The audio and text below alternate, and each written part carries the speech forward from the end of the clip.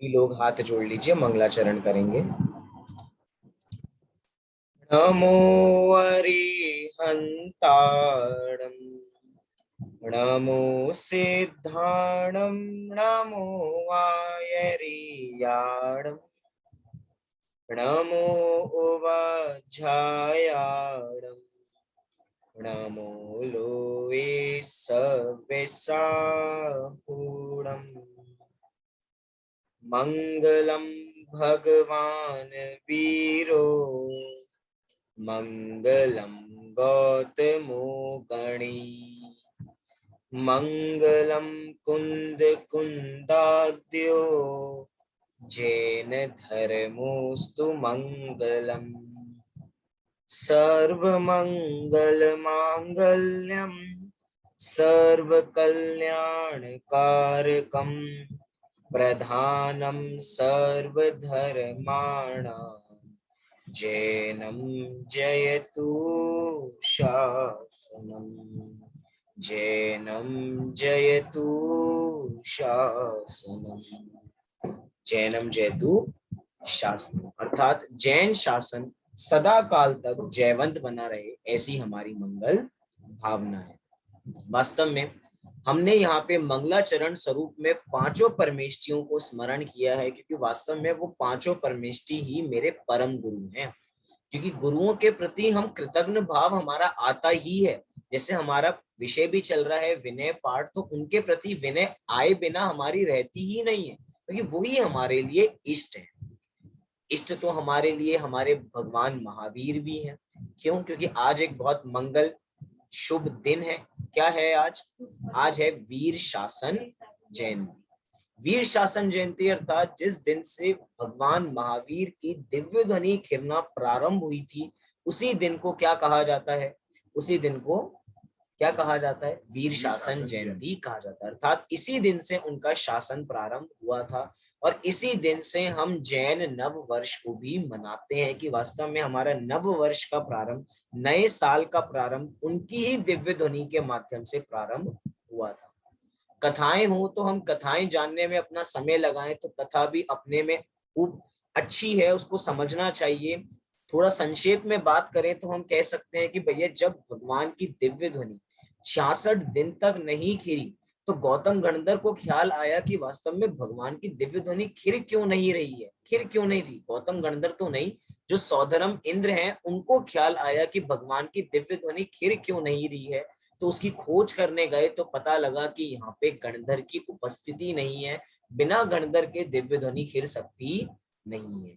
फिर वो हम पूरी घटना जानते हैं कि वो उनके पास गए थे, एक जो ब्राह्मण थे जो मानते नहीं थे, उनको पूछा तो उनको लेकर आए, उनका रूप परिवर्तित हो गया, अर्थात वो जैन बन गए, उन्होंने दीक्षा ले ली क्योंकि उन्हीं में योग्यता थी।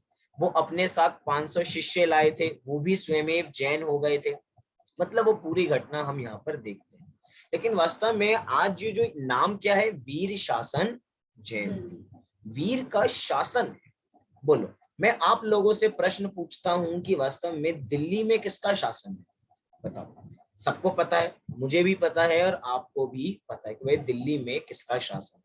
मैं पूछूं कि भैया हमारे भारत देश में किसका शासन है, तो वो भी हमें पता है और आपको पता है। लेकिन अगर मैं आप लोगों से पूछूं कि दुनिया में किसका शासन है, विश्व में किसका शासन है, तो आप बताइए आपके पास क्या उत्तर है? बोलो। वास्तव में हमारे पास कोई उत्तर ही नहीं है। हम छोटे मोटे देश के, ये बड़े से बड़े पूरे कंट्री के, हम एक बार को मुखिया अर्थात उनका शासन हम मना सकते हैं कि भैया ये शासक हैं और ये इसका शासन करते हैं। लेकिन अगर पूछा जाए कि भैया पूरे विश्व में, तो हमारे पास उसका कोई उत्तर ही नहीं है। देखा जाए तो भैया एकमात्र भगवान महावीर ही है जिनके शासन काल में हम यहाँ पर जीते हैं। वास्तव में शासन उसे कहते हैं जिसमें लोगों को कोई विरोध ना हो, जिसमें उनकी सारी प्रजा बिल्कुल सुखी रहे, वही तो सबसे बेस्ट शासन कहलाएगा ना। हाँ जी कि ना जी? अंग्रेजों ने भी हम पर हुकूमत की थी, कितने सालों तक की थी? बहुत 150 से 200 सालों तक वो भी हमारे साथ, हम उनके गुलाम बनकर रहे थे। उनका शासन काल भी बहुत अच्छा चला करता था, बहुत उनकी प्रजा हुआ करती थी, लोग उनकी बात भी माना करते थे, लेकिन सब लोग उनकी बात मानते नहीं थे। क्योंकि सब लोग उनके शासन काल से सुखी नहीं थे, तो उन्होंने विचार किया कि भैया अब हमें इनके शासन काल में नहीं जीना। शासन तो उनका भी था, उन्होंने भी यही चाहा था कि हम पूरे वर्ल्ड को अपने साथ बना ले, कि पूरी दुनिया में अपना ही अपना राज चले, लेकिन वहां पे सब सुखी नहीं थे। हम कह रहे हैं कि भैया सच्चा शासन वही होता है जिसके अंदर सब जीव सुखी रहते हैं। एकमात्र भगवान महावीर का वो शासन काल है जिसके अंदर सभी जीव सुखी रहते हैं। क्यों सुखी रहते हैं? क्योंकि भैया उन्होंने जो उपदेश दिया है वो उपदेश शुरू से ही हित मित और प्रिय का दिया है। अर्थात उनकी एक एक शब्द हित मित प्रिय हैं, हम सबके हित के लिए हैं, हम सबके लिए हितकारी हैं। विचार करो कि एक भी शब्द उन्होंने हमारे अहित के लिए कभी बोला क्या? कभी नहीं बोला। उनकी जितने दिन दिव्य ध्वनि खिली, 66 दिन तक नहीं खिली, इसका मतलब ये नहीं कि 66 दिन तक लोगों को उपदेश नहीं मिल रहा था। हमने अनेक बार ऐसे व्याख्यान सुने होंगे कि 66 दिन तक भगवान की दिव्य ध्वनि नहीं खिली तो लोगों को कुछ प्रवचन सुनने को ही नहीं मिले, लोग वहां पर बैठे रहे। लेकिन नहीं, लोगों को प्रवचन सुनने को मिले। प्रवचन मात्र बोल के या दिव्य ध्वनि मात्र बोल के नहीं कही जाती है। वास्तव में जो उनकी शरीर की मुद्रा है उनसे ही हमें अनेक अनेक सिद्धांत समझ में को आते हैं। बोलो, एक व्यक्ति शासन काल करता है कुछ समय में, लेकिन अगर एक मंदिर बन जाता है तो मंदिर लाखों वर्षों तक जीवों का कल्याण करने वाला है। अर्थात लंबे समय तक वो कल्याण करने वाला है। हम जितना प्रचार प्रसार नहीं कर सकते उतनी एक मुख प्रतिमा प्रचार प्रसार कर सकती है। बोलिए, कर सकती है नहीं कर सकती? हम तो चले जाएंगे, हम 70 साल 80 साल अधिक से अधिक इसके अंदर चले जाएंगे, लेकिन एक प्रतिमा ऐसी होती है, एक मूर्ति ऐसी होती है जो लंबे समय तक चलती है, लंबे काल तक। हम कभी कभार सुनते हैं ना खबरों में कि मूर्ति मतलब जमीन की खुदाई हुई और इतनी मूर्तियां निकली, इतनी मूर्तियां निकली। तो इतनी मूर्तियां निकलती है तो भैया वो कुछ बोल नहीं रही है, उसके बावजूद भी उनके माध्यम से हमें सिद्धांत पता लग रहे हैं। वो मौन साधना उनकी पता लग रही है, साधना के माध्यम से उनका समता भाव पता लग रहा है। ऐसे हमें कितनी भक्तियां आती हैं। भक्ति के अंदर कहते हैं कि अंग अंग जिनवर के जिनसे झलके शांति अपार। आते नहीं आते ऐसे भजन कि उनके एक एक अंग को देखने से हमें अपार शांति की अनुभूति होती है। तो वास्तव में वो जिनेंद्र परमात्मा, वो महावीर भगवान को जब केवल ज्ञान की प्राप्ति हुई, 66 दिन तक दिव्य ध्वनि नहीं खिली, लेकिन लोग इतने आकुलित व्याकुलित नहीं हुए। बोलो, अगर अपने साथ हो कि अगर प्रवचन करने वाले अर्थात जो भी प्रवचन कर रहे हैं अगर उनको 15 मिनट देरी हो जाए तो बोलो हमें आकुलता होती है नहीं होती है? ये तो बहुत व्यवस्थित हो गया सारा कार्यक्रम, क्योंकि अब ऑनलाइन हो गया। ऑनलाइन की सबसे बढ़िया बात यही है कि सारे लोग एग्जैक्ट टाइम पे तो शुरुआत करते ही करते हैं। लेकिन एक बार पुनः विचार करें कि अगर ऐसे व्यवस्था होने के बावजूद भी देरी तो हो ही सकती है ना, हमें आकुलता होने लग जाती है। हमें आकुलता कि आज होगा नहीं होगा, क्यों नहीं हो रहा है, कैसे नहीं हो रहा है, पता नहीं, समझ में नहीं आता। हमारे समय की कीमत नहीं है, उनको अपने समय की कीमत नहीं है। लेकिन क्या विचार करें कि 66 दिन तक लोग बैठे रहे। क्यों? क्योंकि उनको आकुलता नहीं थी। वो कह रहे कि भैया हमें उनकी मुख मुद्रा देख के ही इतनी शांति का अनुभव हो रहा है, इतनी शांति का अनुभव हो रहा है कि वो बैठे रहे, आराम से सुनते रहे। मतलब कि वास्तव में इन घटनाओं से हमें धैर्य सीखने को भी मिलता है। वीर शासन जयंती अपने साथ अनेक उपदेश देती है। चर्चा का मन तो ये था कि आज का विषय हम वीर शासन जयंती के ऊपर है। विचार करें कि वास्तव में भगवान महावीर की वो उन्होंने जब उपदेश दिया तो उन्होंने सर्वप्रथम कैसे कैसे उपदेश दिए। हम बाल बोध इत्यादि में पढ़ते हैं, क्या पढ़ते हैं? भगवान महावीर की 11 शिक्षाएं। वास्तव में वो 11 शिक्षाएं सर्व जनागम का सार है। बोलो, किसी को पहली शिक्षा याद है क्या? बस पहली शिक्षा को देख के हम वापसी अपने विनय पाठ पर आएंगे। बोलो, भगवान महावीर की पहली शिक्षा क्या है? बोलो। बहुत बड़ी। क्या कहा? कि सभी आत्माएं बराबर हैं, कोई छोटा बड़ा नहीं है। ये महावीर भगवान की सबसे पहली शिक्षा है। महावीर भगवान के ऐसी ऐसी शिक्षाओं को हम ग्रहण करेंगे तो भैया अपना निश्चित रूप से कल्याण होगा ही होगा। कहते हैं ना कि भैया छोटे बड़े की कल्पना ही मान का आधार है। ये छोटे बड़े की जो भावना है कि कौन छोटा कौन बड़ा, ये छोटा है और मैं बड़ा हूं, भैया ये क्या है? ये मान का आधार है। बोलो, हमने उदाहरण दिया था ना, एक 8 वर्ष के मुनिराज और एक 80 साल के वृद्ध, बोलो बड़े कौन? वो 8 साल के मुनिराज बड़े हैं। क्यों? क्योंकि उन्होंने ऐसी पदवी को धारण किया है, ऐसे पद को ग्रहण किया है कि उस पद को ग्रहण करने से उनकी आयु मैटर ही नहीं रखती है। सब एक तो समान है ना, सब सब जीव समान है, कोई छोटा बड़ा नहीं है। भगवान महावीर द्वारा उपदेशित अहिंसा का सिद्धांत, अपरिग्रह का सिद्धांत, अचौर्य का सिद्धांत, मतलब विचार करें कि ये सिद्धांत हम अपने जीवन में जब तक अप्लाई नहीं करेंगे तब तक हम सच्ची में वीर शासन जयंती मनाने के सच्चे हकदार नहीं। बाहर में अनेकों बार मनाइए, लेकिन जब उनकी बात को माने, कहा जाता है ना कि हम भगवान को तो मानते हैं लेकिन भगवान की नहीं मानते। जिस समय हम भगवान की मानने लग जाएंगे, वास्तव में अपना जीवन भी निहाल हो जाएगा, अपना भी कल्याण निश्चित रूप से हो जाएगा। चलिए, बात हुई अपनी वीर शासन जयंती की। आइए अपने हम वापसी अपने विषय पर आते हैं। अपना विषय क्या चल रहा है? विनय पाठ, जो पूजन करने से पूर्व में पढ़ा जाता है, अर्थात जिसको विनय पूर्वक पढ़ा जाता है उसे ही विनय पाठ कहा जाता है। पंडित नाथूराम जी द्वारा विरचित ये विधि ठाड़ो होय के वाला पाठ हम यहाँ से देख रहे हैं। बिना भूमिका बनाए हम यहाँ से अपनी चर्चा प्रारंभ करते हैं। कल तक हम 7 छंदों का अर्थ बराबर रूप से देख चुके थे। आज हमें 8वें छंद से यहाँ पे चर्चा प्रारंभ करनी है। क्या कहा जा रहा है 8वें छंद के माध्यम से? आइए देखते हैं। चिदानंद निर्मल कियो धोए कर्म रज मैल, सरल करिया जगत में भविजन को शिव गैल। क्या कहना चाहते हैं इस 8वें नंबर के छंद में? चिदानंद निर्मल की। चिदानंद मतलब क्या है? चिद और आनंद, अर्थात चैतन्य और आनंद, अर्थात इसका जोड़ा चलता है।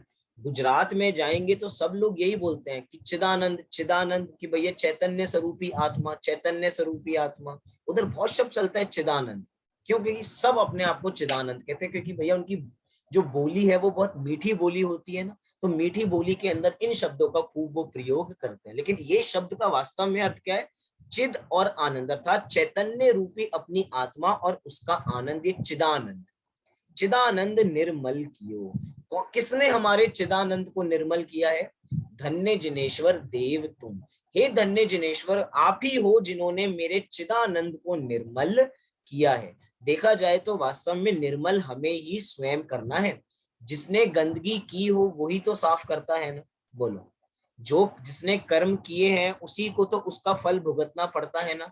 स्वयं किए जो कर्म शुभाशुभ फल निश्चय ही वे देते। अगर खुद काम किया है तो खुद ही कार्य करना पड़ेगा, लेकिन बहुमान स्वरूप में कहा जा रहा है कि चिदानंद निर्मल किए। और देखा जाए तो कहा क्या जा रहा है? वास्तव में उनके निमित्त के बिना हमारा कल्याण भी नहीं हो सकता, हमारे अंतरंग में निर्मल भाव भी उत्पन्न नहीं हो सकते। जिस समय हम पिक्चर देखते हैं तो उस समय हमारे अलग भाव होते हैं, और जिस समय हम मंदिर में जाते हैं और भगवान की प्रतिमा को देखते हैं तो ऑटोमेटिक हमारे पाप के परिणाम होते ही नहीं। आप प्रैक्टिकल करके देखना, उस समय हमारे कषायों के परिणाम चल रहे हैं। लेकिन मंदिर में जाते ही, जब मंदिर जी जाते हैं, सीधा हम जिनेंद्र भगवान की प्रतिमा को देखते हैं तो सारी कषाएं हमारी शांत हो जाती हैं। क्यों? क्योंकि वास्तव में हमारे चिदानंद को उन्होंने निर्मल कर दिया कि उनकी प्रतिमा को देख के अपने अंतरंग में इतनी अपार शांति होती है, अपार शांति होती है कि वाणी में कहा जाता है कि हे भगवान आप ही हैं जिनके माध्यम से मेरा कल्याण हो रहा है। बहुमान में तो ऐसा ही कहा जाता है ना, हाँ जी कि ना जी। जब एक बच्चा पास होता है एग्जाम में तो सारा क्रेडिट किसको देता है? शुरुआत कैसे करता है कि भैया यही है मेरे माता पिता, यही है मेरे अध्यापक जिन्होंने खूब मुझे अच्छा पढ़ाया, तो ही मैं आज इस मुकाम पे खड़ा हो पा रहा हूँ। वो माता पिता भी जानते हैं कि वास्तव में बच्चे ने कितनी मेहनत की है, वो प्राध्यापक अध्यापक भी जानते हैं कि वास्तव में बच्चे की ही सारी मेहनत है। लेकिन व्यवहार में ऐसा कहा जाता है, दूसरों के प्रति कृतज्ञ का भाव अंतरंग में आता ही है। और देखा जाए तो उनके बिना ये काम भी नहीं हो सकता था। टीचर अगर नहीं पढ़ाते तो बोलो वो पास हो पाता क्या? अर्थात मतलब निमित्त की भी उतनी ही आवश्यकता है। ये नहीं समझे कि निमित्त हमको हम उड़ा देंगे, नहीं, हम निमित्त को उड़ा नहीं रहे, निमित्त की भी बराबर आवश्यकता है। धोए कर्म रज में, अर्थात जिन्होंने धो दिए हैं हमारे कर्म रूपी रज, अर्थात कण, अर्थात धूल मिट्टी, कर्म रूपी धूल अर्थात जो मैल है उसको उन्होंने धो दिया है। एक तरीके से कर्म रूपी रज धुल गए हैं, इसी के कारण हमारा चिदानंद निर्मल हो गया। जब कर्म जाते हैं तभी तो अपने अंतरंग में निर्मल भाव उत्पन्न होते हैं। हम जब पाठशाला जाते हैं तो पाठशालाओं में हमें क्या सिखाया जाता है? जिस समय हम नमोकार मंत्र पढ़ते हैं तो नमोकार मंत्र पढ़ते हुए क्या होता है? समस्त पापों का नाश हो जाता है। हम नमोकार मंत्र की महिमा पढ़ते हैं, क्या है महिमा? ऐसो पंच नमो यारो सब पाप पणाशनो मंगलाणम च सव्वे सिम परमम होई मंगलम। क्या कह रहे हैं? ऐसो पंच नमो यारो सवक पावक पणाशनो की सभी पाप नष्ट हो जाते हैं जिस समय हम नमोकार मंत्र का जाप करते हैं। क्या जी? जिस समय हम नमोकार मंत्र का जाप करते हैं उस समय समस्त पापों का नाश हो जाता है। कैसे हो जाता है समस्त पापों का नाश? तो सुनिए कैसे हो जाता है। जो भूतकाल के जितने पाप हैं, क्या कहा? जितने भूतकाल के पाप हैं, क्योंकि अभी हमारे अंतरंग में भाव अच्छे हैं, तो हो सकता है कि हमारे अंतरंग के निर्मल भावों के कारण जो पूर्व के असाता वेदनीय कर्म के थे वो साता वेदनीय में बदल जाए। क्या कहा?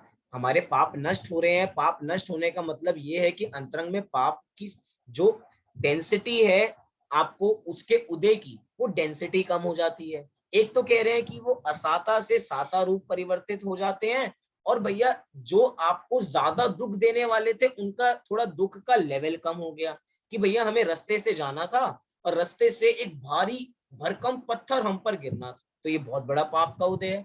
लेकिन हमने नमोकार मंत्र का स्मरण किया, उसके माध्यम से वो बड़ा पत्थर तो नहीं गिरा, लेकिन एक छोटा सा पत्थर रोड़ा लग के हमारा वो कर्म निर्जरित हो गया। मतलब क्या कहना चाहते हैं कि वो असाता कम असाता रूप परिवर्तित हो जाती है, संक्रमण हो जाता है, या जो असाता है वो साता रूप परिवर्तित हो जाती है और धोए कर्म रज मैल। और जब वर्तमान में जिस समय नमोकार मंत्र का जाप कर रहे हैं उस समय तो हमारे अंतरंग में किसी प्रकार का छल का भाव है ही नहीं, ना क्रोध है, ना मान है, ना माया है, ना लोभ है, तो वर्तमान में कोई कर्म नहीं है। जब वर्तमान में ऐसे भाव नहीं है कषायों के, तो भविष्य में बंधने वाले कर्म भी इसी के अनुसार होंगे। तो धोए कर्म रज में, कि जब मैं आपका स्मरण करता हूं तो भैया मेरे चिदानंद निर्मल हो जाता है और सारे कर्म रूपी रज मेरी दूर हो जाती है। साथ ही साथ सरल करी या जगत में भविजन को शिव गैल। ये शिव गैल मतलब क्या होता है? शिव गैल, गैल क्या है? ये गैल, गैल क्या होता है? शिव गैल हम पढ़ते हैं ना, शिव गैल पढ़ा हमने। गैल माने होता है मार्ग, गैल माने होता है रास्ता, अर्थात मोक्ष मार्ग, शिव मार्ग। समझे? तो यहाँ पर क्या कहना चाहते हैं, एक बार हम छंद देखते हैं। कह रहे हैं चिदानंद निर्मल कियो धोए कर्म रज मैल, सरल करिया जगत में भविजन को शिव गैल। कि हे भगवान धन्य जिनेश्वर देव, तुम आपकी कारण क्या हो गया है कि जो मेरा मोक्ष का मार्ग है ना, शिव गैल जो मेरा मोक्ष का मार्ग है, ये भविजन अर्थात भव्य जनों के लिए बहुत सरल हो गया इस जगत में। अगर हे भगवान आप नहीं होते तो हमारा निहाल हो ही नहीं पाता। विचार करो, महावीर भगवान नहीं होते तो आज शास्त्रों की संरचना नहीं हो पाती। शास्त्रों की संरचना की बात तो बहुत दूर की बात है। वहां पे अगर भगवान महावीर ही नहीं होते तो विचार करो कि आगे की परंपरा कैसे चलती। वैसे हम ऐसे विचार कर रहे हैं जो संभव नहीं, क्योंकि जो हो चुका उसको तो बदल नहीं सकते हैं, ना भविष्य को बदल सकते हैं। बदल तो हम कुछ भी कही नहीं सकते हैं, लेकिन विचार करने पे भी अपने को लगता है कि अगर वो नहीं होते तो आज अपना कल्याण कैसे हो पाता, आज हमें शास्त्र उपलब्ध नहीं हो पाते तो हमें ये मोक्ष मार्ग उपलब्ध कैसे हो पाता। ऐसे अनेक जीव हैं संसार में, ऐसे अनेक जीव हैं। मैं अजैनियों की तो बात कर ही नहीं रहा, जैनियों की बात कर रहा हूँ। जो जैनी है उसके बावजूद भी उनको मोक्ष मार्ग की खबर नहीं है। बचपन में मात्र नमोकार मंत्र याद करा दिया तो करा दिया, उसके अलावा उनको कुछ नहीं पता कि भैया और जैन धर्म क्या है। बस नाम के पीछे हम जैन लगाते और कार्य सारे हमारे अजैन की तरह हो जाते हैं। मतलब जो ये हमको मिला है ना, जैन कुल में हमारा उत्पन्न हुए हैं, हमें ये सरल रूप से जैन धर्म मिल रहा है, ये मोक्ष मार्ग का उद्घाटन हो रहा है। और मोक्ष मार्ग का उद्घाटन ही नहीं हो रहा, पंचम काल हो गया तो क्या हो गया, मोक्ष मार्ग रुका थोड़ी है। पंचम काल में भी छठे सातवें सच्चे मुनिराज हो सकते हैं, अर्थात भावलिंगी संत, सच्चे वीतरागी संत हो सकते हैं, भावलिंगी संत। मतलब मोक्ष मार्ग कभी रुका ही नहीं है, ऐसा हमें विचार करना चाहिए। सरल करिया जगत में भविजन को शिव गैल। मोक्ष मार्ग उन्होंने हमारे लिए बहुत सरल कर दिए। क्या सरल कर दिया वास्तव में विचार करो, हमें तो बहुत कठिन लगता है। मोक्ष मार्ग कितना कठिन है, कितना कुछ छोड़ना पड़ता है बाहर में। भैया ये छोड़ो, वो छोड़ो, घर छोड़ो, पैसे छोड़ो, बच्चे छोड़ो, परिवार छोड़ो, सब कुछ तो छोड़ना है। ग्रहण क्या करना है, कह रहे भैया तुम एक आत्मा को ग्रहण कर लो, बाकी सब खुद त्याग हो जाए। तुम बस एक को ग्रहण करो, बाकी सरल ही सरल है। हमारी दृष्टि कहाँ जाती है, देखो काम दोनों ही होने हैं। क्या कह रहे हैं, काम दोनों ही होने हैं। आत्मा को ग्रहण करने का काम भी होगा और छोड़ने का काम भी होगा। लेकिन अब यहाँ पर क्या कह रहे हैं, तुम आत्मा को ग्रहण करने वाली बात देखो, तुम छोड़ने वाली बात क्यों देखते हो। तुम आत्मा को ग्रहण करो, ऑटोमेटिक सारी बाहर की चीजें छूट ही जाएंगी। इसको लगता है कि इतना कुछ छोड़ना है, इतना कुछ छोड़ना है, तो वो आत्मा को ग्रहण करना ही भूल जाता है। उसको अनेक चीज दिख रही है। कह रहे हैं भैया मोक्ष मार्ग बहुत सरल है, मात्र आपको संसार से दृष्टि बदलनी है। जैसे संसार को आप नित्य देख रहे थे, आप संसार को प्रयोजन भूत देख रहे थे, अब उसको अप्रयोजन भूत जानना प्रारंभ कर दो। दृष्टि तो बदलनी है, ऐसा यहाँ पर कह रहे हैं। सरल करिया जगत में। एक बार छंद पढ़ते हैं फिर आगे बढ़ेंगे।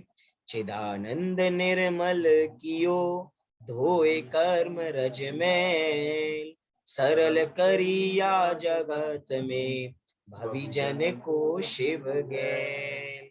आइए अगला छंद देखते हैं, 9वां छंद।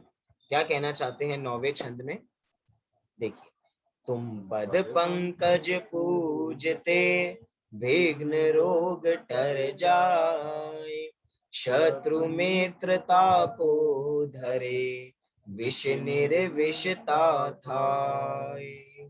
अब वहां वास्तव में ये छंद बहुत बढ़िया लिखा आचार्य देव ने, कि हे भगवान जैसे ही मैं आपको नमस्कार करता हूँ, मेरे सारे विघ्न खत्म हो जाते हैं। जो मेरा कोर्ट में केस चल रहा है वो खत्म हो जाता है, जितने मेरे शरीर में रोग हैं वो दूर हो जाते हैं, मेरी तरक्की नहीं हो रही, मेरी तरक्की प्रारंभ हो जाती है। यही तो है ना हम लोगों के लिए विघ्न।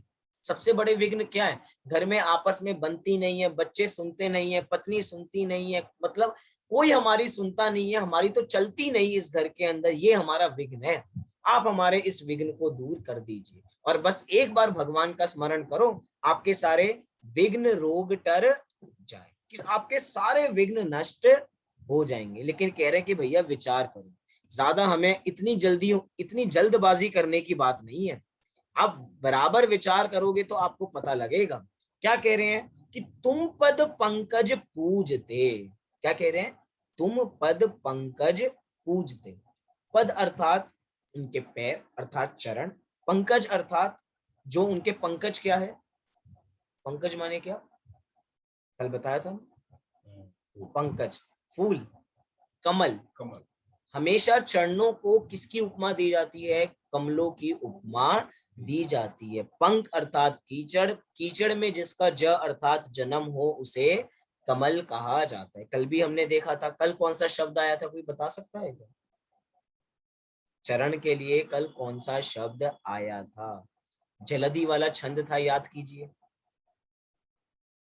उधर भानु शब्द का प्रयोग किया गया था, विचार करो कौन सा शब्द था। देखिए उस छंद को भी हम जल्दी से देखते हैं, वहां पे क्या शब्द का प्रयोग किया गया था। ये तो हम आगे बढ़ते जा रहे हैं, एक सेकेंड देखिए। सरोज, कौन से शब्द का प्रयोग किया गया था? सरोज। सरोज शब्द का प्रयोग किया था कि तुमरे चरण सरोज को, ऐसा यहाँ पर कहा गया था। हम तो यहाँ पर 9वें छंद की चर्चा कर रहे हैं कि तुम पद पंकज पूजते, कि हे भगवान आपके एक बार जो चरण पूज लेते हैं उनका क्या हो जाता है, उनके सभी प्रकार के विघ्न, उनके रोग टर जाते हैं। ये विघ्न मतलब क्या है, विघ्न माने कोई हमारे सांसारिक विघ्न नहीं है, विघ्न माने है कर्म। विघ्न माने क्या है, विघ्न माने है कर्म। अर्थात जब मैं आपके चरणों को पूजता हूं तो भैया मेरे सारे क्या दूर हो जाते हैं, मेरे सारे विघ्न दूर हो जाते हैं, मेरे सारे कर्म दूर हो जाते हैं, मेरे सारे रोग टर जाते हैं। मतलब कि रागी जीवों की दृष्टि हर समय राग पर ही जाती है। वो वीत रागी जिनालय में जाकर भी राग को ग्रहण करके आते हैं, और जो वास्तव में उनको वीत रागी समझते हैं वो उन वीत रागी भगवान से वीत रागता को ग्रहण कर कर आते हैं। अब अपने ऊपर है कि हमें उनसे क्या ग्रहण करना, वो तो वीत रागी है। अगर हम वीतरागी भगवान को भी रागी समझ के पूजते हैं तो भैया हमारे चित्त में उन भगवान की वीतरागता को हमने खंडित कर दिया, हमने उनको रागी समझा, तभी तो उनसे राग की कल्पना कर रहे हैं कि भैया हमारे दुखों को दूर कर दो। कहीं कहीं तो ऐसी चर्चाएं चलती हैं कि भैया ये भगवान है, आप इनकी इस दिन पूजा करो तो आपका निश्चित रूप से कल्याण होगा। कि भैया शनिवार को किसकी पूजा करें? शनिवार को मुख्य रूप से हमें मल्लीनाथ भगवान की पूजा करा, मल्लीनाथ भगवान की पूजा करेंगे तो भैया उस दिन निश्चित रूप से अपना कल्याण होगा। ये मुनि सूरतनाथ भगवान की करेंगे तो नहीं होगा क्या? नहीं नहीं, तो नहीं होगा। किसकी करनी चाहिए? मल्लीनाथ भगवान की करेंगे तो वो बहुत प्रसन्न होंगे तो और आपके सारे विघ्न दूर कर देंगे। कह रहे हैं भैया ऐसा कुछ भी नहीं है, 24 के 24 परमेष्टि एक समान है। बोलो किसमें एक गुण अधिक? तीर्थंकर।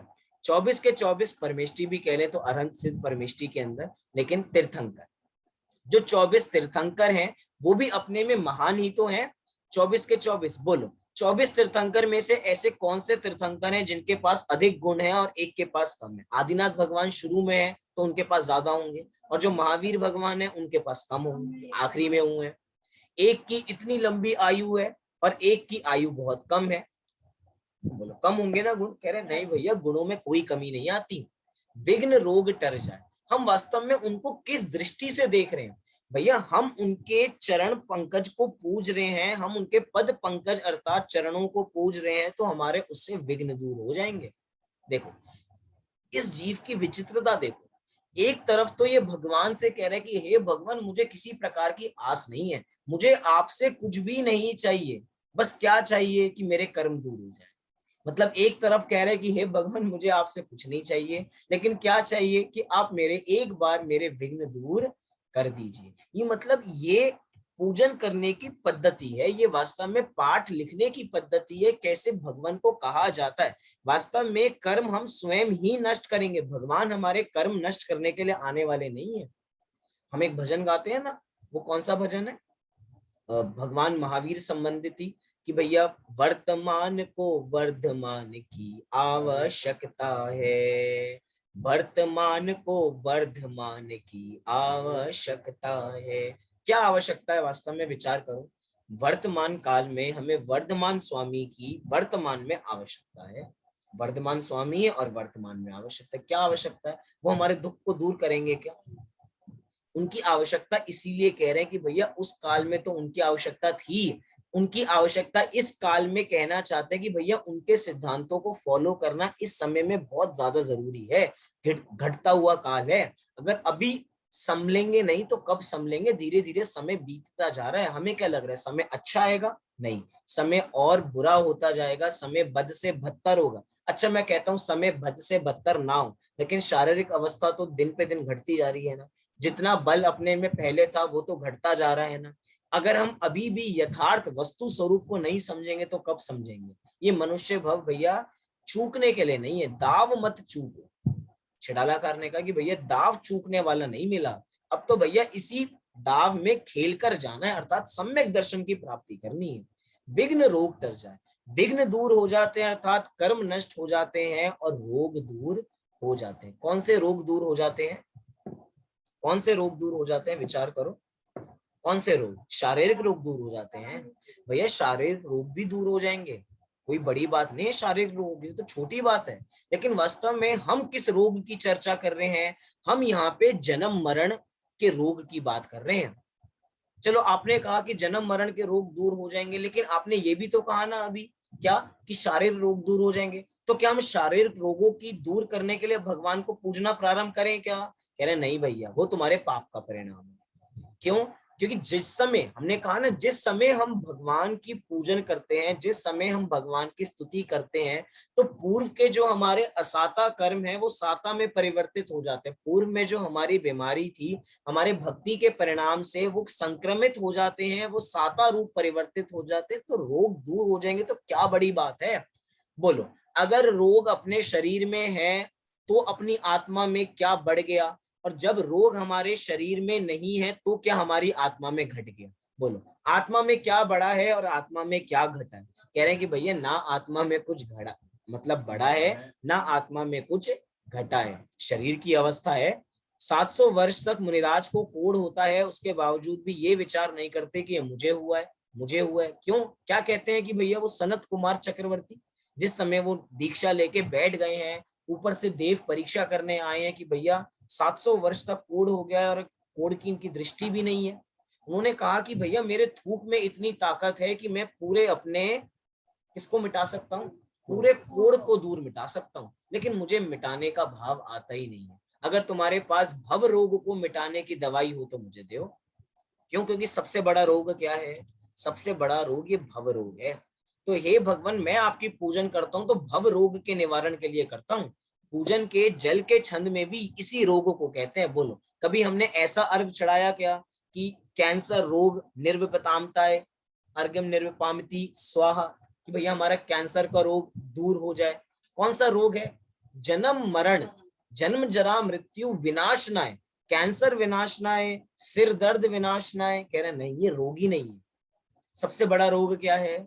सबसे बड़ा रोग ये जन्म मरण का रोग है। जन्म मरण, जन्म जरा मृत्यु विनाशनाय निर्विपामिति स्वाहा। फिर कह रहे हैं शत्रु मित्रता को धरे, कि हे भगवान, जिस समय मैं आपके चरणों में आता हूं, आपको पूछता हूं, तो मेरे जो शत्रु हैं वो भी मित्र समान मुझे लगने लग जाते हैं। क्यों लगने लग जाते हैं शत्रु भी? शत्रुता दूर हो जाती है भगवान को देखते ही।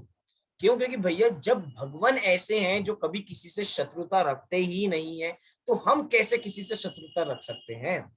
बोलो, जो व्यक्ति अनेक पाप करके जाता है मंदिर में ये समझ के कि मेरे पाप धुल जाएंगे, तो भगवान उनको ऐसी दृष्टि से देखते होंगे ना कि ये तो बड़े शत्रु हैं, बहुत गंदे पाप करके आए हैं। बोलो, वो उनको भी एक समान समझते हैं। यहाँ पर कह रहे हैं कि शत्रु मित्रता को धरे, मित्रता कह के यहाँ पे वो अपने आपस रूपी मित्र की बात नहीं कर रहे। कह रहे हैं कि भैया सभी जीव हमारे मित्र समान है, अर्थात एक समान है। मित्र का ये मतलब नहीं है कि भैया उसके साथ ही हर काम करना। मित्र माने कि भैया हर जीव, ये चींटी भी हमारे लिए मित्र है, ये जल का एक जीव भी हमारे लिए मित्र है, सभी जीव। मैत्री, जो मैत्री का भाव है, हमने सामायिक पाठ देखा था ना, मैत्री सबसे पहले कि भैया सब जीवों के साथ मैत्री का परिणाम होना चाहिए। मैत्री का परिणाम माने समता का परिणाम होना चाहिए, एक समान का भाव होना चाहिए। शत्रु मित्रता को धरे। साथ ही साथ कह रहे हैं विष निर्विषता था।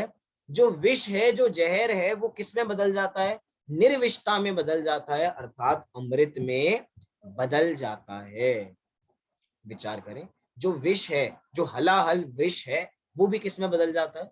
वो अमृत में बदल जाता है। जिस विष को खाके हमारे मरण भी हो सकता है, लेकिन वो जहरीला विष भी, जहर भी आपके चरणों में आने से वो निर्विषता अर्थात अमृत हो जाता है। क्यों भैया? आपके चरणों में ऐसा कमाल क्या है? कि भैया हमारे चरणों में ऐसा कोई कमाल नहीं है, हमारे स्वरूप में इतना कमाल है। हमारे स्वरूप के आधार से हमारे चरण पूजनीय हुए हैं। चरण पूजनीय है इसलिए हमारा स्वरूप महान नहीं है। बोलो, सभी जीव समान है ना? बोलो, हमारे यहाँ एक ऐसी कथाएं भी आती हैं कि एक चांडाल का जीव भी अपना कल्याण करके मोक्ष की प्राप्ति कर सकता है। अब बोलो, पूर्व की अवस्था में तो कह रहे हैं कि भैया पूर्व की अवस्था, चांडाल की अवस्था को विचार करें तो हम उनके पैरों में नमन कर रहे हैं। पूर्व की अवस्था के हिसाब से विचार किया जाए, बोलो सब समान है, सब एक बराबर। शत्रु मित्रता को धरे, विष निर्विषता, विष भी निर्विष के समान हो जाता है, ऐसा हमें यहाँ पर विचार करना चाहिए। आइए एक छंद हम यहाँ से और देखते हैं और अपनी बात को हम यहाँ से पूर्ण करेंगे। अगला छंद आप सभी के सामने, क्या कहना चाहते हैं अगले छंद में, इसको पढ़ते हैं एक बार। चक्री सुर खग इंद्र पद मिले आप ते आप, अनुक्रम करि शिव पद लहे, नेम सकल हनि पाप, नेम सकल हनि पाप। नेम मतलब क्या है? नेम, नेम सकल हनि पाप। नेम मतलब क्या है? नेम माने नियम से, नेम माने नियम से, नियम से सकल अर्थात संपूर्ण, हनि अर्थात हनन, समस्त पापों का नियम रूप से हनन हो जाता है। कैसे हो जाता है? हमें भी अपने पाप धोने हैं, चलो भैया गंगा जी चलते हैं स्नान करने के लिए, सारे पाप हमारे धुल जाएंगे। हमें भी पापों को नाश करना है, हमें भी अपने पापों को दूर करना है। लोग जा रहे हैं ना आज के दिनों में, अलाउड नहीं है लेकिन तब भी जा रहे हैं गंगा जी, एक बार भैया गंगा जल लेकर आएंगे। लोग मना कर रहे हैं लेकिन जा रहे हैं। नेम सकल है, समस्त पापों का नाश करना है। कह रहे हैं कि भैया तुम जीवन भर कितने ही पाप करो, बस एक बार अंत समय में उन पाप को धोने के लिए गंगा जी में डुबकी लगा लेना। मतलब कि अपने पाप तो धुल जाए और गंगा जी अपवित्र हो जाए, क्योंकि भैया तुम पाप को धोने जा रहे हो ना, तो मैल तो वहीं पे रह जाएगा, और वो पवित्र है, वो पवित्र है, उसमें मैल रहता नहीं। लेकिन कह रहे हैं कि भैया समस्त पापों का नाश अपने स्वरूप के आधार से होगा। देखिए ऊपर से देखिए, कह रहे हैं चक्री सुर खग इंद्र पद मिले आपते आप। बोलो, हम सबको चक्रवर्ती पद की, जब जब हम चक्रवर्ती पद के बारे में पढ़ते हैं तो हमें अंतरंग में जिज्ञासा होती है नहीं होती, काश हम भी चक्रवर्ती होते, काश हम भी चक्रवर्ती होते तो हमें भी पता लगता कि कितनी सारी रानियां कैसी होती हैं, इतना सारा वैभव कैसा होता है। हम भी तो मजे लें एक बार, इतनी सारी रानियां हैं, इतना सारा वैभव है, इतने हाथी हैं, इतने घोड़े हैं, उनका भैया एक समय का भोजन भी कितने लोग बनाते हैं। कितने दिन है अपने पास टोटल एक साल में? 365 दिन है, तो 365 दिन के 365 अलग अलग रसोइयां हैं। सोचो, जो एक दिन काम करता है वो अगले दिन काम नहीं करता, अब उसकी ड्यूटी अगले साल आएगी। सोचो, मतलब यहाँ पे एक शेफ की बात नहीं चल रही। कैसे कैसे लगता है, अरे हमें भी एक बार देखना है, हमें भी एक बार चक्रवर्ती पद चाहिए, एक बार हम भी तो देखें। 365 दिन के लिए 365, और ये एक नहीं, एक की टीम में अनेकों लोग हैं। वो पूरे साल की तैयारी करते हैं कि भैया हम इनकी, क्योंकि आहार भी तो, जो उनका भोजन है वो भी तो बहुत विशालमय है। कैसे कैसे भोजन को बनाया जाता है, पूरी टीम चाहिए, पूरी स्ट्रैटेजी चाहिए। 365 दिन के 365 रसोई, कितनी शक्ति है उनकी, एक एक इंद्रियों में इतनी ताकत है। बोलो, हम आंखों से कितनी दूर का देख सकते हैं? 1 किलोमीटर, 2 किलोमीटर, 3, 4, इससे ज्यादा देख सकते हैं क्या? दिखाई भी देगा तो साफ नहीं दिखाई देगा, कमजोर दिखाई देगा। किलोमीटर नहीं देख सकते ना वैसे, किलोमीटर तो, लेकिन अधिक से अधिक देखे तो। लेकिन इनकी आंखों की रोशनी ही इतनी तेज होती है कि योजनों पर्यंत तक देख लेते हैं। सोचो, कह रहे कर्ण शक्ति इतनी तेज होती है चक्रवर्ती जीवों की कि भैया सोचो, चक्रवर्ती अपने, मतलब अपने रूम में अपने विश्राम कर रहे हैं, उनके बहुत सारे घोड़े हैं, उनके बहुत सारे हाथी हैं। इतने हाथियों में कौन सा हाथी रो रहा है, उसको कहाँ दर्द हो रहा है, ये उनको सारी पीड़ा अपने रूम में ही सुनाई दे जाती है, कान से, लोगों को सुनाई नहीं देगी। इतनी दूर दूर की, इतने दूर। सोचो कि भैया यहाँ से कन्याकुमारी में अगर कोई हाथी रो रहा है तो उसकी आवाज यहाँ तक आ रही, चक्रवर्ती के जीव। ऐसा लग रहा है ना, कैसे होता होगा, कैसे होता होगा, अंतरंग में जिज्ञासा हो रही है। कह रहे हैं कि भैया ये जो बड़े से बड़े पद है ना, चक्रवर्ती, ये सुरेंद्र, ये खगेंद्र, ये इंद्र, मिले आपते आप, कुछ करना नहीं पड़ता इनके लिए, ये तो भैया ऑटोमेटिक, मिले आपते, अपने आप ही प्राप्त हो जाते हैं। कैसे प्राप्त हो जाते हैं अपने आप ही? कुछ करना नहीं पड़ता। कह रहे कुछ नहीं करना पड़ता, जो भगवान की सच्ची स्तुति करते हैं, पवित्र हृदय से स्तुति करते हैं, बिना मांग के स्तुति करते हैं, उनको ऑटोमेटिक मिल जाता है। कहा जाता है ना कि भैया जो खींच तान करता है कि भैया हमें चाहिए ही चाहिए, उसको कोई चीज की प्राप्ति नहीं होती। जो लेकिन कुछ नहीं मांगता है, उसे ऑटोमेटिक सारी चीजों की प्राप्ति होने लग जाती है। ऐसा हमें विचार करना चाहिए कि भैया मांगने पे तो कुछ नहीं मिलता, लेकिन बिना मांगे पे दूध मिल जाता है, बिना मांगे पे खीर मिल जाती है। और खींचतान करेंगे तो अपनी इज्जत तो जाएगी जाएगी, साथ ही साथ में मिलेगा भी क्या? जो बुरी चीज है वही हमें मिलने वाली है। लेकिन ये जगत के, क्या शब्द ध्यान देना, जगत में जिनको सर्वोत्कृष्ट पद समझा जाता है, मात्र समझा जाता है, ये भी सर्वोत्कृष्ट पद नहीं है जिनेंद्र परमात्मा के सामने। लेकिन जो सबसे बड़े पद हैं, चक्रवर्ती, सुरेंद्र, खगेंद्र, इंद्र, ये सब भी पद कैसे मिल जाते हैं? मिले आपते आप। अनुक्रम करी शिव पद लहे, नेम सकल हनि पाप। अनुक्रम करी शिव पद लहे, अर्थात जो शिव पद की प्राप्ति है, ये अनुक्रम से स्वयं प्राप्त हो जाती है, और समस्त पापों का नाश हो जाता है, ऑटोमेटिक प्राप्त हो जाती है। मतलब कि बड़े से बड़े पद के लिए हमें कोई अलग कार्य करने की आवश्यकता नहीं है, ये सब पद हमें ऑटोमेटिक मिल जाएंगे। ये मोक्ष भी हमें स्वयं मिलेगा, हम अपना पुरुषार्थ करें। पुरुषार्थ अर्थात हम अपनी आत्मा को जाने, मोक्ष तो ऑटोमेटिक मिलेगा ही मिलेगा। बोलो, मोक्ष क्या कोई बड़ी चीज है कि नहीं? आत्म स्वरूप के सामने मोक्ष कुछ नहीं है। जिस समय मैंने अपनी आत्मा से विवाह कर लिया, जिस समय मैंने सम्यक दर्शन को तिलक लगा दिया, तो भैया आपका मुक्ति रूपी लक्ष्मी से विवाह नक्की है। ऐसा विचार करें। अनुक्रम करी शिव पद लहे, नेम सकल हनि पाप। आइए इस छंद को हम पढ़ते हैं और अपनी चर्चा को यहाँ से पूर्ण करेंगे। चक्री सुर खग इंद्र पद मिले आप ते आप, अनुक्रम करि शिव पद लही नेम सक